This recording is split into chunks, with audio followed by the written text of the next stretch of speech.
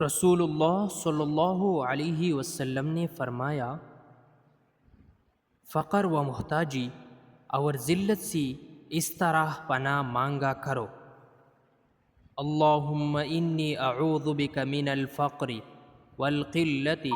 والذلت واعوذ بک من ان اظلم او اظلم۔ رسول اللہ صلی اللہ علیہ وسلم نے فرمایا، جس نے خواب میں مجھے دیکھا تو اس نے حق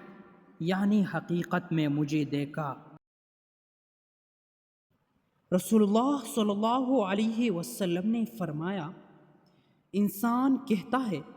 میرا مال میرا مال، حالانکہ اس کا مال تو صرف وہی ہے جو اس نے کھا کر ختم کر دیا، باقی تو اس کی ہاتھ سے نکل کر دوسروں کے پاس جانا ہے۔